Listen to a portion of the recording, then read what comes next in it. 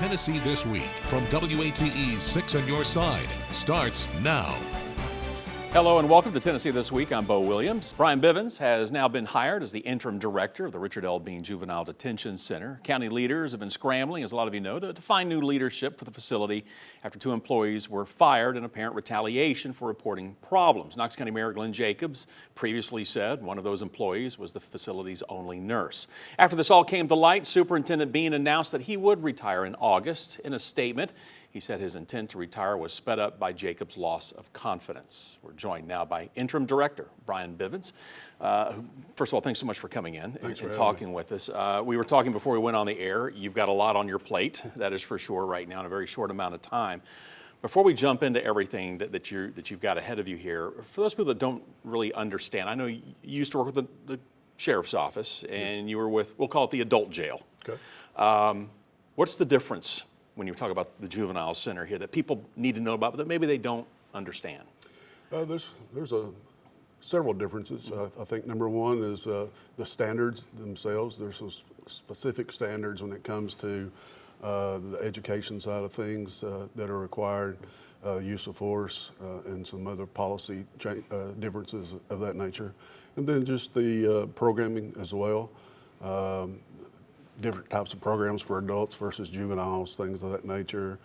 The training for the staff is also going to be different as far as dealing with the juveniles versus the adults. Some things are the same, but there are many differences such as those. Okay. Let me ask you this. We'll jump into your new position here, interim. How did this all come about? Because I know you're semi-retired, as we were talking about off air. You left the role there with the sheriff's office. You retired. Was it in 21, yes, I believe? So how did this come back? Was it something you pursued? Did you get a phone call? How did this all come about for you? Since I retired, I've been doing some consulting work part-time. But yes, I did receive a phone call from the mayor's office. A little surprised. And then pretty much since then, it's been a bit of a blur, to be honest with you. Yeah, a lot to. What kind of things do you have to do now? I know you have been talking with the people that are already there, that are currently there at the Juvenile Detention Center. What is it you're having to do now to get up to speed and so you're able to jump in here, I guess, at the beginning of August? Well, I haven't got to spend as much time as I want to with the staff yet, but my goal is to sit down and talk to each and every one of them. But I guess in the next 30 days, it's just the general overall operations, the back office type paperwork that has to be done, making sure that there's no glitch in the transfer. There's nothing that I haven't been able to touch or get to know, so nothing falls in the cracks, so to speak. Right. Are there things that you're already thinking about, saying that these are things that we need to address while you're there, that you kind of want to be able to take care of, so for whoever does come in on that permanent basis, already has some things in place? I mean, kind of what do you see your role right now? Kind of twofold. Yeah. I really want to focus on the staff, making sure they have the best possible training as we can provide them, especially when it comes to de-escalation techniques, communication techniques, things of that nature, and then the other basic training that's required by the state, and then hopefully do some add some leadership training on top of that too, and develop more leaders. The more leaders you have in any organization, the easier it is to run it. So that's the goal on the staff side. And then as far as the juvenile side, making sure obviously we're following every mandate that we're supposed to be following from the state, as well as probably looking at programming a little bit and maybe enhancing that if we can. Different things as far as life skills, anger management, decision making, those types of things, making sure that I'm busy. They're in class a lot, but for school. But I think there's probably some programming we can add to really help them out. Is this something too that looking ahead, and I know that there's different degrees of, what these kids have done, some more serious than others. But for those that do have a chance to get out and move forward, I mean, is there a lot of education and a lot of working with these kids to make sure that you don't see them again? That's the goal. That's the goal. Working in the adult side for so many years, a lot of that behavior started when they were juveniles. I would love to be able to break the cycle, so to speak, before the cycle even starts. I think that's should be anyone's goal, and it's going to take programming. It's going to hopefully take maybe some volunteers that come in and assist us with some of this stuff. I really want to use the volunteers to help me when it comes to some of these types of issues. Having worked on the adult side, I mean, how much of that do you bring over to this side? Anything you need to change as far as how your approach, and are there things that you can take away from having worked, on the adult side of things? The adult, we'll call it the adult jail, as you bring now to the juvenile side. There's so many components to running a facility like that, things that some folks don't normally think of when it comes to the intake, the classification, the housing, how to house them. Medical is a big component of that as well. The health department is currently assisting us with the medication or the medical side of things, which I greatly appreciate. Looking at the mental health side, I want to make sure that we're doing that also, and providing the best medical and mental health care that we can provide them. How much of this too, when working with the kids, when you take a look at this, is obviously there is the disciplinary side, but also getting them the care that they need so that they can hopefully turn a corner, for lack of a better phrase, and proceed on. I mean, at some point it seems like within the center there, is there more of a need for that, or is that something you need to focus on, and is going from that disciplinary side to, okay, what can we do for these kids to help them in their recovery or whatever it is they need to take care of? Yeah, that's a big part of it, and then haven't really dove into the reentry side of things, but I'm going to be exploring options there, community resources, things of that nature to help on that side, because we can provide every program in the world inside, but once they leave, it becomes daily decisions for them. Yeah, and kind of going along with that, I would have to think somewhere in there too is you don't want these kids, hopefully when they are released, there's the homeless question, or do they have somewhere to go, or are they able to stand on their own 2 feet? I mean, these are different, I guess I'm assuming these are different areas to try to address as well, or at least look at. Yep, that's definitely on my to-do list, working with DCS when it comes to those top issues. Judge Irwin, who's been very gracious so far with me, and I really appreciate his assistance.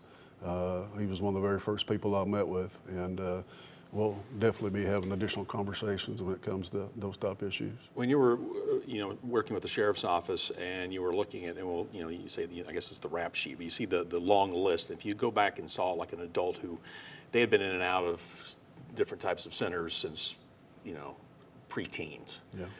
Do you sit back and think, okay, what can, here's an opportunity now, we can do something to hopefully, like you said, try to get ahead of the game there, to try to take care of something so that we don't see these repeat offenders? I mean, is that really it seems like to me that would be one of the big lessons, the big goals of a juvenile detention center. Absolutely. I recently was doing an inspection in a different state, and I was talking to, it was a community confinement facility, halfway house, so to speak, talking to a 68-year-old female who said she started using drugs with her brother when she was 9 years old, 68, and she teared up and said, "This is the first time that anybody has offered me help." Wow. That should never happen. Right. We should be offering help day one. Is that one of the? I mean, like you said, and again, your role till the end of the year? Yes. As far as we know, I mean, yes. that's kind of how this will be. Is that really one of the big things you want to address out of? I know you talked about the staff and things like that, but I mean, what is the big, right out of the gate? You're like, we need to address this right now. Staffing. Okay. There's currently 10 vacancies there on the correction side of things. So getting those folks in place and getting them well trained, to me, will be one of the very top priorities. And then working on making sure that we're abiding by all the DCS requirements, and so on and so forth. And overall, looking at the policies and procedures, my goal would be to look at the American Correctional Association standards. Those are like national best practices, and kind of utilize those as a guide for moving forward. Yeah, and I guess make sure everything, as we mentioned earlier, have it in place for whoever then comes in. And we should note too, there's now the commissioners. You've got new board members. There's a lot of new faces right now, but also brings a lot of new ideas too. Absolutely. A lot of new approaches. Absolutely. Yeah. Yeah. And that's the goal as well. I haven't got a chance to meet with all those folks yet. We do have a meeting coming up real soon. So yes, I'm open to suggestions. That's why I'm meeting with.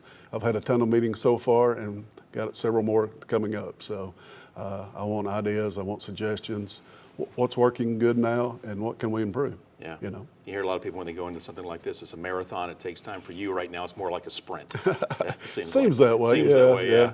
Hey, we appreciate you very much for coming in. I know you've got a lot of work. You had a lot of things going on, so we appreciate you working us in. All right. Thank you so much. No problem. Stay with us. We're going to be talking with our pundits coming up in Tennessee This Week. All right, welcome back to Tennessee This Week. A moment ago, we heard from Brian Bivens, the newly hired interim director of the Richard L. Bean Juvenile Detention Center. I want to bring in our panel of pundits right now to discuss more about what he had to say and talk about the center itself. Joining us, Craig Griffith, Julia Hurley, and Michael Covington. Great to see all you guys here. Glad to be here. Yeah. Craig, I haven't seen you in a while. So, yes, it's good to see you too. Good to see you, yeah. You're looking great. Oh, thanks. Yeah, appreciate it. Yeah. Hey, let's talk a little bit about the detention center. There's obviously been a lot of talk about it, obviously now. We just heard from Brian Bivens, who's going to kind of serve in the interim role there. Just kind of get your thoughts moving forward now. What kind of things would you like to see happen? We know we've got the commissioners now on the board, so a lot of new faces, a lot of new ideas. What now needs to happen? Well, I think Brian has a bit of a tough job because, nothing institutes stagnation like having the same supervisor for 50 years like they had at the center. So it's going to be hard for him to change processes and policies and things like that. And as he mentioned, staffing up is going to be a very difficult thing. They're below their staffing levels. So I think that he needs to work on those fundamental operational issues and almost start a new culture there in leading up to the permanent director, which will be hired. So I think he has his plate full, and I think he identified a number of problems that they had. High on his priority list is making sure that the discharges from the Juvenile Detention Center after they're 18 don't go out into homelessness, that they have a place to go, and that there's other things that he can do to, as he mentioned, try to break the cycle of criminality that you have coming out of that center. So best of luck to him. It's a full-time job, so I hope he does a good job. Yeah, Julie, it is a lot about, Craig kind of alluded to culture. Sure. Obviously, you've seen the reports on air. Obviously, see him gone nationally. We heard John Oliver even brought it up on his program. Yes. But there is a culture there, both in perception from those of us on the outside, but also what happens there on the inside. Yeah, I think that culture is going to be a rebuilding situation, but it's going to have to be done in the public eye. The public's going to want to know every step of the way what's happening with these kids and the leadership team and the hiring process, who they're going to be, why they're going to be there, how long they're going to be there, where they're coming from, what their background and history are, and at the same time, battling the culture situation of what Craig said is once they leave, what happens to them after the fact. So you've got a culture inside the building that needs to be completely rebuilt top to bottom, and then a culture where we're putting them back out onto the streets to reorganize that culture for them after the fact. It's a two shots in one situation in a limited time to get it done to the satisfaction of what I would say the public would deem it okay to move forward. Yeah. Michael, we even heard Mr. Bivens mention, that there was someone that he had encountered that was like 68 years old. And so this is the first time anybody had ever come to them to ask, how can I help you? Obviously this is something that could start much, much earlier and needs to be something that needs to be addressed as well. Trying to help so that they're not repeat offenders, so we don't see them coming back again and again. Okay, well, it sounds like we need to invest a little bit more in social work. Some folks to work with these young people. I don't think we should put a lot on the shoulders of an interim superintendent. He's not going to be around very long. We should not expect him to change culture. We should just expect him to keep things in the middle of the road. The system worked. There was just an overstay of the leadership. I don't think we need anyone to come in and attempt to change the culture. I think we need to do a hard search for the right leader to come in and get the job done. The interim should do what interims do, just keep things in the road. Craig, go along with that?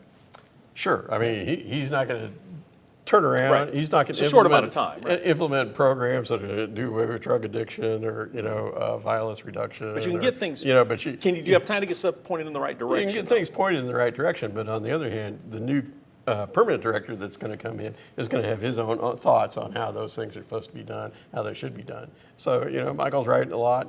Just keep the situation intact, keep the staff that you have, expand the staff, and not that you're going to not do anything until the new director comes, but only address those most critical problems that you see. Yeah. It's kind of almost like, I don't know if holding down the fort, but in a way it is, but in a good way. But you don't want to waste 6 months. Right. You don't want to let those individuals that are at that facility just stagnate for 6 months. You want to You can get continue the ball moving rolling. I'll say if For sure. there's staffing and stuff, those are things you can definitely get moving forward. Yeah, you can get some things moving forward and set the next standard for the next interim or the next full time. The interim person can come in for 6 months to 18 months, depends on how long. You don't want to lose confidence of the mayor. That's happened, obviously. That's why the other gentleman stepped down. This person obviously has the confidence of the mayor. We want to keep that. The mayor runs the county.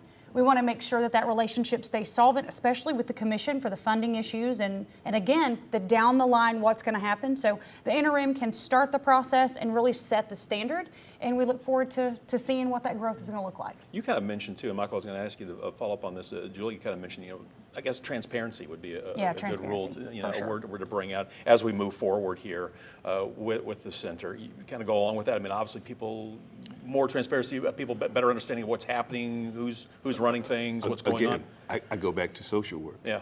People who are accustomed to listening, to understanding what a person's plight is. We might need to bring on some short-term social workers to talk with those young people about what they've experienced and what changes need to be made for them to be able to move forward effectively in life. Yeah. Does this go back? Oh, go ahead, Craig. You were going to.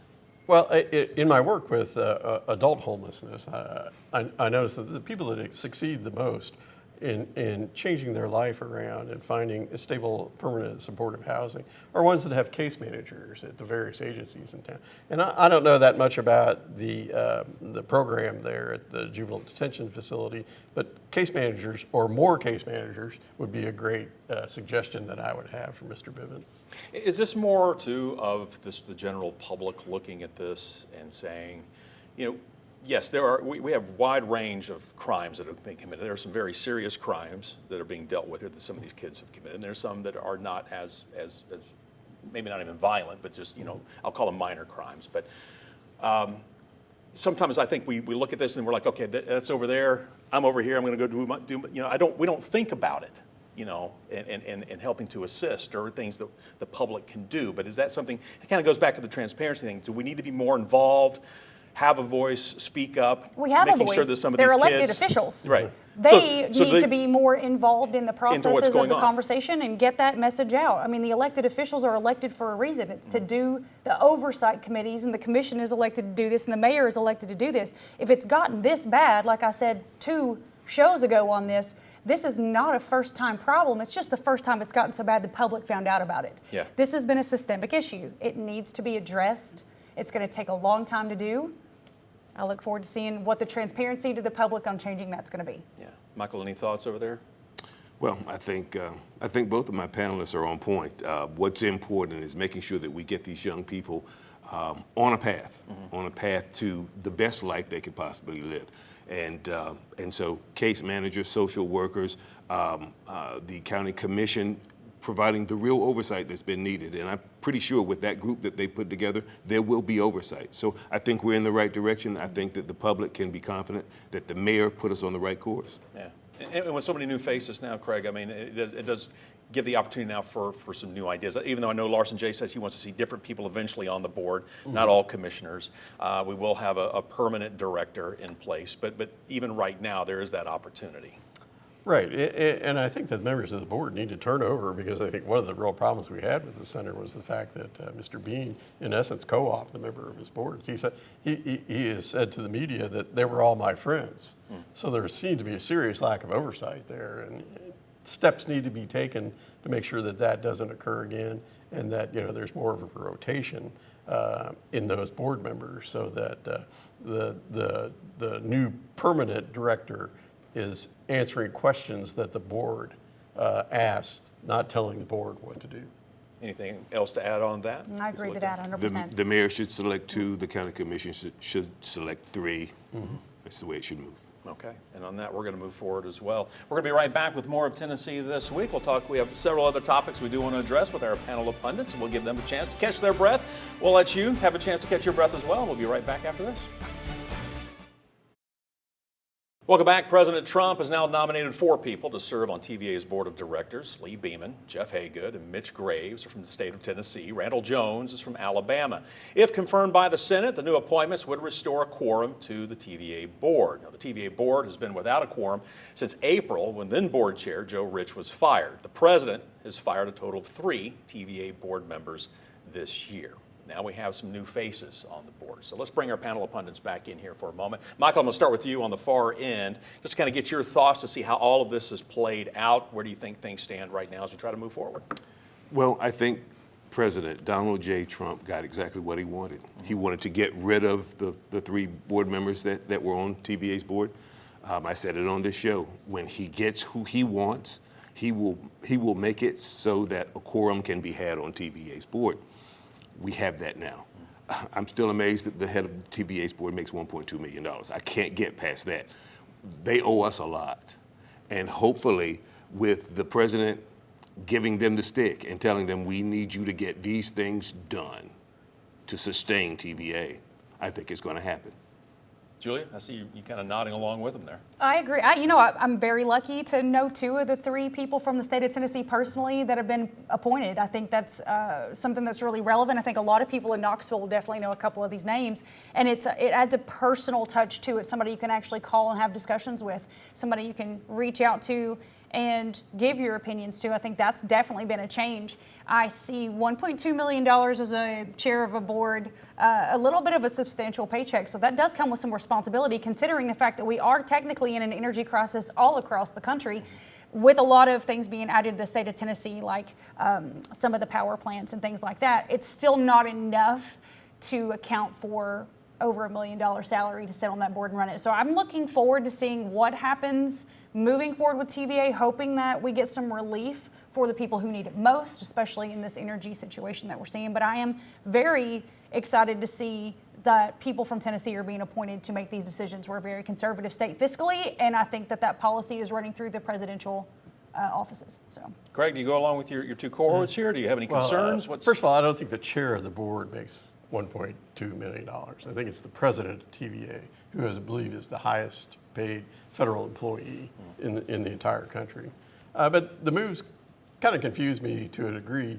In the op-ed piece that Senators Haggerty and Blackburn wrote, they wanted a board that was of visionary leaders in the industry, and they wanted to concentrate on nuclear power. They wanted to make this renaissance in the golden age with nuclear power. And if you look at the background of these individuals, all very successful business people for sure, but they have very little expertise in nuclear energy.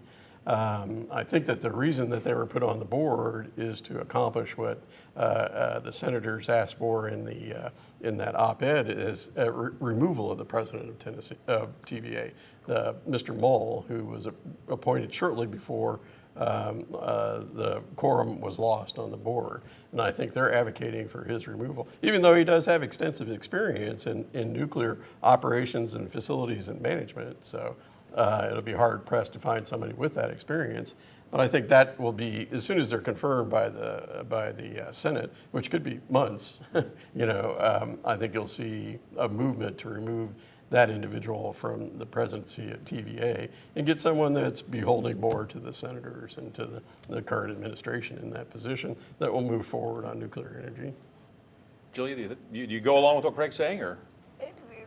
Not really. I think that Knoxville is very well suited for several people in the area, just especially in Knoxville. Dr. Hashimian, number 1, 4 PhDs, and literally wrote the book on how to build a nuclear power plant facility. And he is heading up the current Tennessee governor's initiative for Tennessee to be nuclear power head by 2030. I think that appointing people from Tennessee is the smart move. He can't be on every board, right? So I think appointing people who are associated around him and attend the same functions, go to all the same meetings, understand E-Tech, understand what's going on moving forward and what Tennessee's goals are, and are the businessmen that can push that forward politically while the people on the backside of it are doing the nuclear portion of it. I think that's a great team. All right, I hear music playing in my ear. That means we are out of time. I'm sure we'll be talking more about this down the road. Thanks so much for joining us on Tennessee This Week. The views of guests on Tennessee This Week are their own and do not represent the views of WATE 6 on your side or Nexstar Broadcasting.